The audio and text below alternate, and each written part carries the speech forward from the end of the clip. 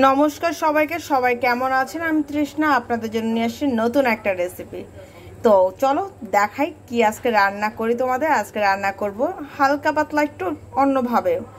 আমি কখনো এভাবে তোমাদের সাথে শেয়ার করেছি কিনা আমি জানি না, কিন্তু আজকে মনে হলো আজকে একটা পোলাও কিভাবে রান্না করে আমি নিজে সেটা তোমাদের সাথে শেয়ার করি। কড়াইতে তেল গরম করতে বসিয়ে দিয়েছি, দিয়ে দিলাম দুটো তেজপাতা, দিয়ে দেব দারচিনি আর এলাচ। একটু সুন্দর করে ভাজা ভাজা হোক। যখন তেজপাতাটা আর এলাচ দারচিনি একটু ভাজা হয়ে যাবে, দিয়ে দেব কোচানো পেঁয়াজ। পেঁয়াজটাকে কিন্তু সুন্দর করে লাল লাল করে ভাজবো। পেঁয়াজটা ভাজা, দেখো পেঁয়াজটা কিন্তু ভাজা হচ্ছে, কিন্তু আমি এর মধ্যে দিয়ে দেব আলু ছোট ছোট করে টুকরো করা, যাতে সাথে সাথে আলুটাও ভাজা হয়ে যায়। এই আমি দিয়ে দিলাম আলু।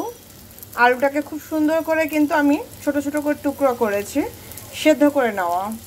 এর সাথে আরেকটা জিনিস দেব, কয়েক রকমের বাদাম আছে, সেই বাদামগুলো দিয়ে দেব।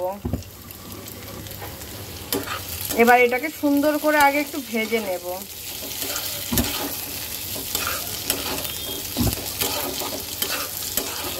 এটাকে আমি 2 থেকে 3 মিনিট ভাজবো।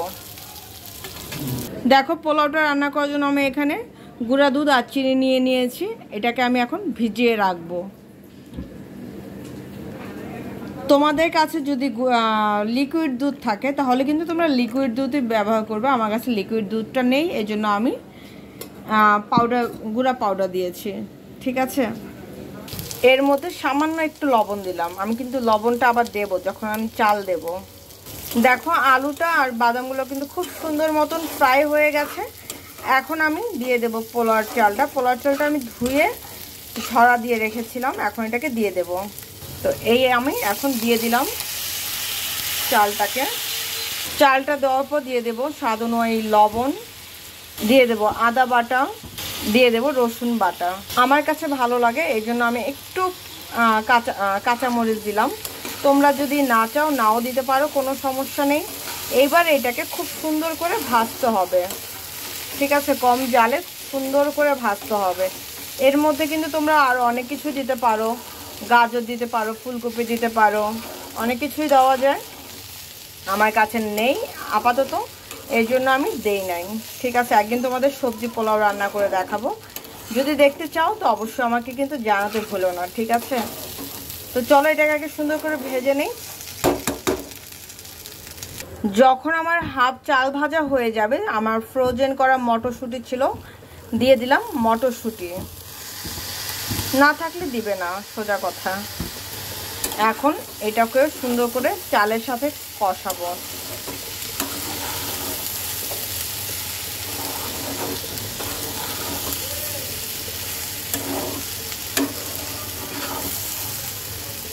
আমি যখন এর মধ্যে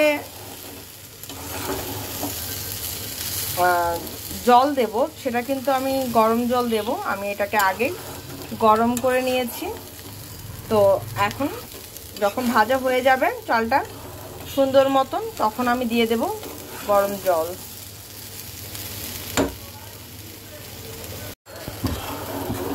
দেখো আমার কিন্তু ভাজতে ভাজতে খুব সুন্দর একটা পাক চলে আসছে। তোমাদের আমি কতটা বোঝাতে পারছি আমি জানি না, খুব সুন্দর একটা পাক আসছে।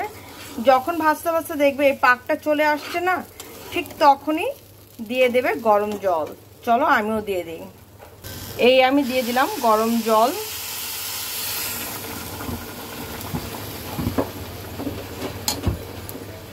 আমি মাপ করে রেখেছিলাম গরম জলটা, এই জন্য পুরোটা দিয়ে দিলাম। তো চলো এখন আপাতত, এখন কিন্তু আমি ঢাকবো না। আগে আমার মানে ভাতটা যখন 80% তোমার সেদ্ধ হয়ে যাবে, ঠিক তখনই আমি ঢেকে দেব। ঠিক আছে, চলো নামানোর আগে কি দিই না দিই সেটাও দেখাবো, তোমাদের সাথে শেয়ার করব। দেখো আমার কিন্তু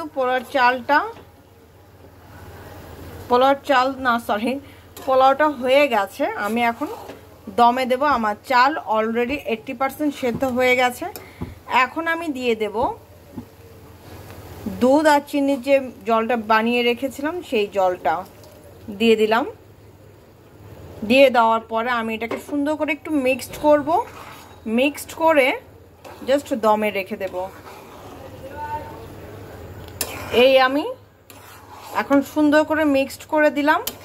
এখন আমি এটাকে সুন্দর করে চাপিয়ে জাস্ট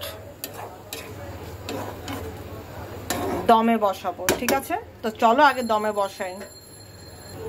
এই দেখো আমি কিন্তু দমে বসিয়ে দিয়েছি, আর এইখানে যে ছিদ্রটা থাকে সেটাও কিন্তু আমি বন্ধ করে দিয়েছি।